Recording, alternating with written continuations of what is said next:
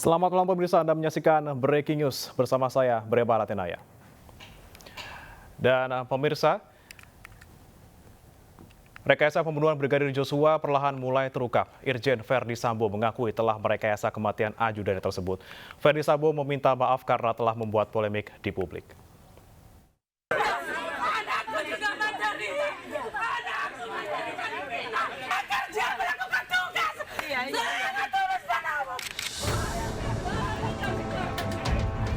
Drama kasus kematian Brigadir Nofriansah Joshua Huta Barat alias Brigadir J mulai terungkap.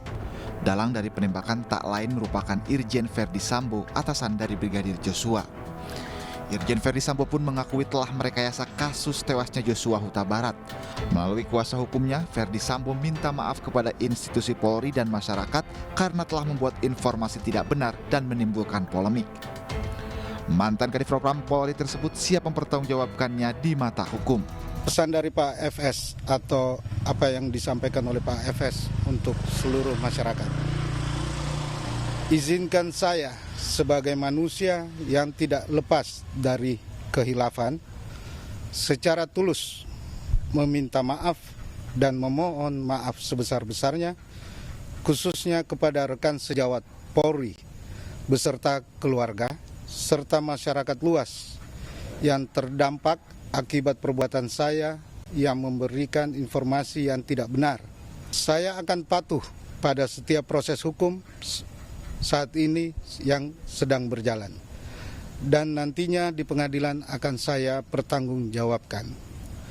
Saya adalah kepala keluarga dan murni niat saya untuk menjaga dan melindungi marwah dan kehormatan keluarga yang sangat saya cintai. Kasus Brigadir Joshua dipenuhi berbagai kejanggalan sejak awal mencuat. 3 hari pasca peristiwa pembunuhan, Kapolres Jakarta Selatan nonaktif Kombes Budi Herdi Susianto menyebut penembakan dipicu aksi pelecehan yang dilakukan Brigadir Joshua terhadap istri Verdi Sambo, Putri Chandrawati. Namun menurut Kabareskrim Polri Komjen Agus Andrianto, kecil kemungkinan adanya pelecehan seksual dalam kasus ini. Kemudian Karopenmas Divisi Humas Polri, Brigjen Ahmad Ramadan sempat menyebut Baradae menembak untuk membela istri Sambo. Namun, Direktur Tindak Pidana Umum Bareskrim Polri, Brigjen Andi Rian, meralat hal tersebut bahwa Baradae menembak bukan dalam rangka membela diri. Sementara itu, ucapan Kapolres Jakarta Selatan nonaktif yang menyatakan Baradae merupakan penembak jitu juga dibantah Wakil Ketua Lembaga Perlindungan Saksi dan Korban, Edwin Partogi, yang melakukan asesmen terhadap Baradae.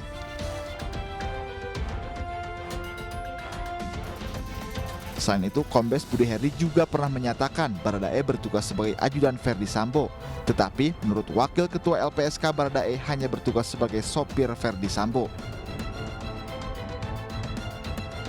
Ada pula salah satu yang menarik perhatian publik, yakni terkait bukti CCTV yang sempat dinyatakan rusak sejak 2 minggu sebelum kejadian.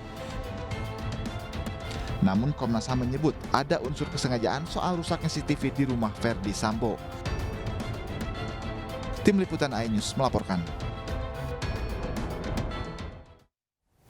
Penetapan tersangka Irjen Verdi Sambo melalui drama panjang rekayasa kasus yang menyudutkan mendiang Brigadir Joshua. Fakta-fakta yang ditemukan tim khusus bentukan Kapolri berbeda jauh dari kronologi awal yang ternyata skenario karangan Sambo. Penetapan tersangka Verdi Sambo sebagai otak pembunuhan Brigadir Joshua menguak fakta baru yang selama ini penuh misteri. Sebelumnya Sambo membangun opini terjadi tembak-menembak antara Brigadir Joshua dengan Baradae di rumah dinasnya. Namun ternyata fakta penyidikan berbeda jauh dari kronologi awal yang ternyata skenario karangan Sambo. Kasus yang menyedot perhatian publik ini membuat Presiden Joko Widodo meminta Kapolri Jenderal Listio Sigit Prabowo untuk bekerja cepat dan transparan. Kapolri pun membentuk tim khusus yang dipimpin Wakapolri Komjen Gatot Edi Pramono. Pada kronologis awal, Sambo mengaku tidak berada di tempat dan sedang melaksanakan tes PCR COVID-19 sepulangnya dari Magelang, Jawa Tengah. Disebutkan pula baku tembak terjadi dipicu pelecehan seksual Brigadir Joshua terhadap istri Verdi Sambo. Kasus kematian Brigadir Joshua pun baru diungkap 2 hari setelah kejadian. Namun semua rekayasa ini terbantahkan pada Selasa malam 9 Agustus 2022. Dalam keterangan pers Kapolri Jenderal Polisi Listio Sigit Prabowo di Mabes Polri. Listio mengatakan tidak ada tembak-menembak, yang ada adalah penembakan terhadap Brigadir Joshua. Ferdi Sambo pun ditetapkan sebagai tersangka. Sebelumnya, Ferdi Sambo telah menjalani 4 kali pemeriksaan. Tidak ditemukan, saya ulangi, tidak ditemukan fakta peristiwa tembak-menembak seperti yang dilaporkan. Saya ulangi, tidak ditemukan fakta peristiwa tembak-menembak seperti yang dilaporkan awal. Tim khusus menemukan bahwa peristiwa yang terjadi adalah peristiwa penembakan terhadap saudara J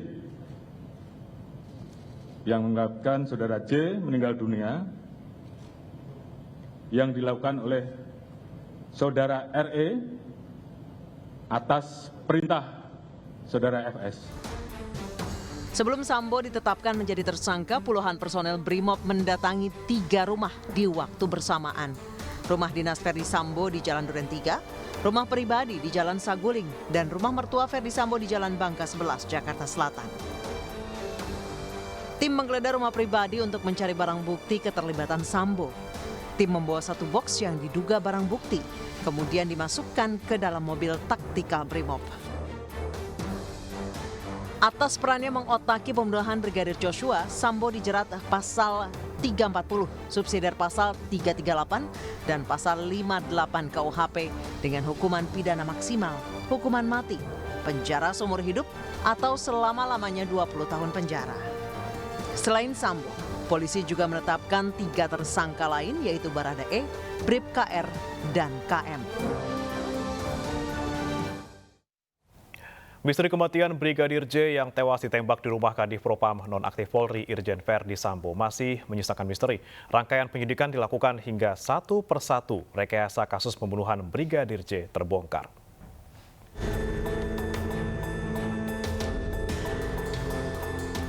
Publik menantikan terangnya kasus kematian Brigadir Nofriansyah Yosua Huta Barat atau Brigadir J. Di awal kasus, polisi mengatakan kematian Brigadir J terjadi setelah adanya baku tembak dengan Barada E di rumah dinas Sambo Duren 3, Jakarta Selatan 8 Juli lalu. Polisi menyebut alasan penembakan karena Yosua diduga melecehkan istri Sambo Putri Chandrawati. Dari peristiwa tersebut, pihak keluarga mengaku ada banyak kejanggalan. Bahkan kuasa hukum Brigadir J mengaku mendapat informasi bahwa yang menembak Brigadir J bukanlah Barada E. Meninggalnya Brigadir J menyisakan tanya oleh keluarga. Beberapa luka yang ada di tubuh almarhum membuat keluarga curiga apa penyebab meninggalnya Brigadir J. Beberapa luka di tubuh Brigadir J versi keluarga, di antaranya luka sayat di bibir, luka sayat di hidung, luka sayat di bawah mata, telinga dalam bengkak, belakang telinga sobek sekitar 1 jengkal, luka sayat di leher, luka di belakang kepala, luka sayat di pundak, lebam di bawah ketiak, lebam di bawah perut kanan dan kiri, jari manis dan kelingking patah, luka tusuk di bawah betis. 5 peluru bersarang, peluru masuk ke lengan dan tembus ke badan. Dihitung 2 luka dari 1 peluru. Luka di kelingking yang tembus ke badan dihitung 2 luka dari 1 peluru. Selain itu, informasi soal keberadaan kamera pengawas di rumah Verdi Sambo sempat simpang siur. Kapolres Jakarta Selatan nonaktif Kombes Budi Herdi Susianto mengatakan kamera pengawas rusak saat baku tembak terjadi. Sementara Ketua RT setempat menyebut polisi sempat mengambil dekoder CCTV dari pusat pemantauan di Pos Satpam Kompleks sehari usai insiden, yakni pada hari Sabtu 9 Juli 2022. Sementara untuk mengungkap kasus ini secara terang benderang, Kapolri Jenderal Listio Sigit Prabowo memastikan proses penanganan perkara Brigadir J akan dilakukan secara objektif, transparan, dan membentuk tim khusus untuk mengungkap kasus penembakan guna menjawab keraguan publik. Kini sejumlah fakta pun terungkap. Brigadir J tewas akibat siksaan serta terjangan yang ditembakkan oleh rekannya sesama polisi, yakni Barada E. Ironisnya serangkaian peristiwa keji itu diotaki oleh Jenderal Bintang 2 yang merupakan atasan korban, yakni Irjen Verdi Sambo yang kini sudah ditahan di Makobrimob Kelapa II, Depok, Jawa Barat.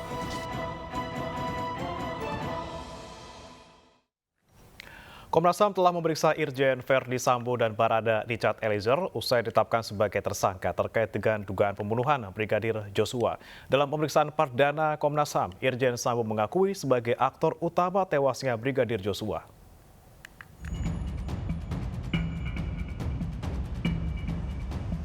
Komnas HAM melakukan pemeriksaan terhadap tersangka pembunuhan Brigadir Joshua, Irjen Verdi Sambo dan Barada Richard Eliezer.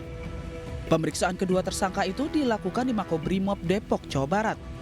Dalam pemeriksaan terhadap Verdi Sambo, Komnas HAM mendalami kebohongan mantan Kadif Propam Polri terkait rekayasa cerita kematian Brigadir Joshua. Dalam permintaan keterangan atau pemeriksaan tersebut, ada beberapa hal yang tadi kami dapatkan. Pertama adalah pengakuan saudara FS bahwa dia adalah aktor utama dari peristiwa ini. Itu yang pertama tadi disampaikan. Yang kedua, dia mengakui bahwa sejak awal dialah yang melakukan langkah-langkah untuk merekayasa, mengubah atau mendisinformasi beberapa hal sehingga pada tahap-tahap awal misalnya yang terbangun konstruksi ceritanya atau peristiwanya tembak-menembak, kan begitu. Tapi kemudian tadi diakuinya itu adalah hasil rancangan dia sendiri dan dia mengakui bahwa dia bersalah dalam tindakannya yang merekayasa itu. Awalnya pemeriksaan Freddy dijadwalkan pada Kamis kemarin, namun jadwal pemeriksaan batal karena kepolisian sedang mendalami keterangan Verdi Sambo sebagai tersangka. Sementara Barada Richard Eliezer diperiksa ulang karena keterangan yang berubah-ubah. Dari Depok, Jawa Barat, Tim Liputan iNews melaporkan. Istri Verdi Sambo, Putri Chandrawati, batal diperiksa oleh Komnas HAM. Pemeriksaan dibatalkan karena kondisi putri yang masih belum stabil.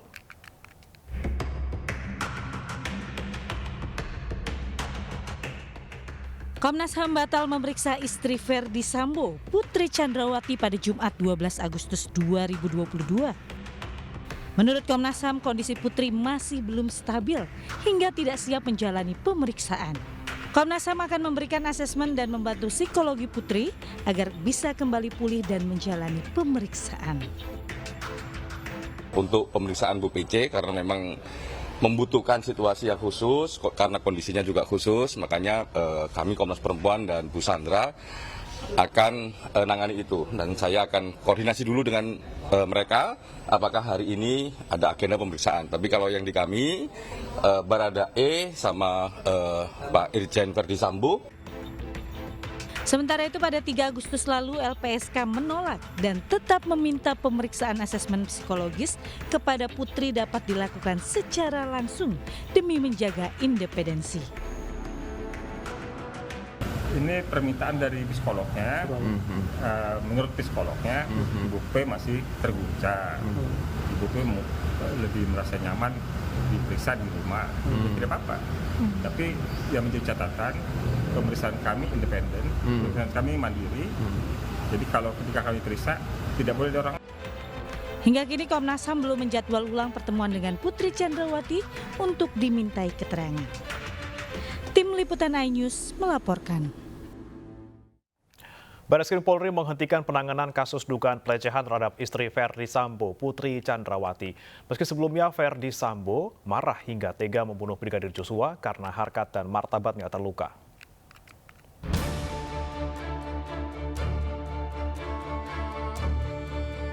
Barreskrim Polri resmi menghentikan kasus dugaan pelecehan terhadap istri Verdi Sambo, Putri Chandrawati yang diduga dilecehkan oleh Brigadir Joshua. Menurut Barreskrim Polri, kasus tersebut dihentikan karena tidak ditemukan peristiwa pidana usai dilakukan gelar perkara. Berdasarkan hasil gelar perkara tadi sore, kedua perkara ini kita hentikan penyidikannya karena tidak ditemukan peristiwa pidana. Ya, bukan merupakan peristiwa pidana sebagaimana rekan-rekan ketahui bahwa saat ini juga Bareskrim menangani LP atau laporan polisi terkait dugaan pembunuhan berencana dengan korban almarhum Brigadir Joshua. Oleh karena itu, berdasarkan hasil gelar tadi, saya sampaikan perkara ini dihentikan penanganannya. Sebelumnya, Ferdi Sambo mengaku emosi dan marah karena tindakan Joshua kepada istrinya Putri Chandrawati di Magelang melukai harkat dan martabatnya. Namun polisi tidak menjelaskan tindakan apa yang dilakukan Joshua kepada istri Ferdi Sambo tersebut. Atas tindakan yang dilakukan Joshua, Ferdi Sambo kemudian merencanakan pembunuhan bersama dua tersangka lain, yakni Barada Eliezer dan Bribka RR di rumah dinasnya. Bahwa di dalam keterangannya, tersangka FS mengatakan bahwa dirinya menjadi marah dan emosi setelah mendapat laporan dari istrinya PC yang telah mengalami tindakan yang melukai harkat dan martabat keluarga yang terjadi di Magelang yang dilakukan oleh almarhum Joshua. Oleh karena itu, kemudian tersangka FS memanggil tersangka RR dan tersangka RE untuk melakukan pembunuhan, untuk merencanakan pembunuhan terhadap almarhum Joshua. Syukur ini tersangka bunyi, ngomong. Kalau nggak ngomong sekalipun tidak ada masalah. Kita sudah punya alat bukti untuk memberikan sangkaan terhadap yang bersangkutan dan siap untuk kita bawa ke pengadilan. Namun usai pengakuan Sambo tersebut, kepolisian melalui Bareskrim Polri menyebutkan motif masih dalam penyidikan lebih lanjut. Dari temuan-temuan dalam penyidikan, motif soal pelecehan kecil kemungkinan dilakukan oleh Brigadir Joshua. Kalau 340 diterapkan, kecil kemungkinan. Lalu sebenarnya apa yang terjadi? Apakah pengakuan Putri Chandrawati bohong? Yang jelas skenario awal yang disusun Ferdi Sambo telah runtuh. Tentang tindak pidana kekerasan seksual, di mana waktu kejadian diduga pada hari Jumat tanggal 8 Juli sekitar pukul 17.00 WIB bertempat sama Komplek Polri Duren 3, Kecamatan Pancoran Jaksel dengan pelapor Putri Chandrawati, korbannya juga sama, terlapornya adalah Nofriansah Joshua. Berdasarkan hasil gelar perkara tadi sore, kedua perkara ini kita hentikan penyidikannya karena tidak ditemukan peristiwa pidana.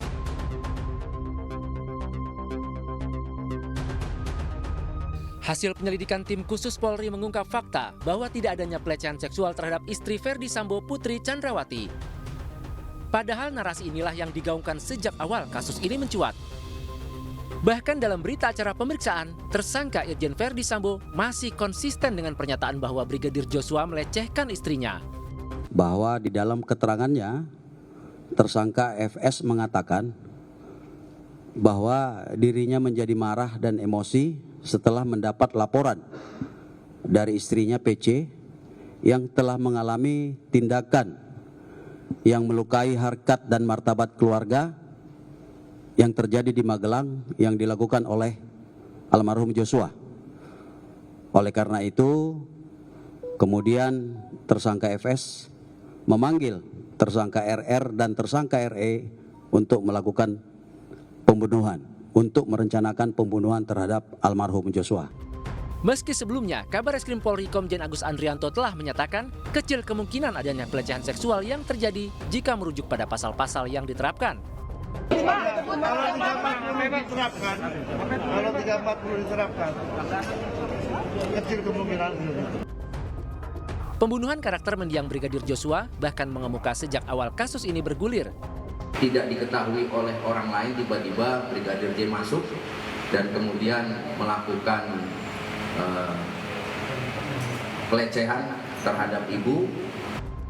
Dari narasi soal adanya pelecehan seksual terhadap Putri Chandrawati yang kemudian berubah menjadi pelecehan harkat dan martabat keluarga menjadi alasan Ferdi Sambo membunuh Joshua.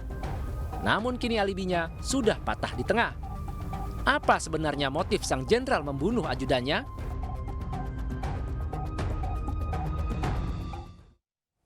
Jangan beranjak pemirsa, breaking news akan segera kembali.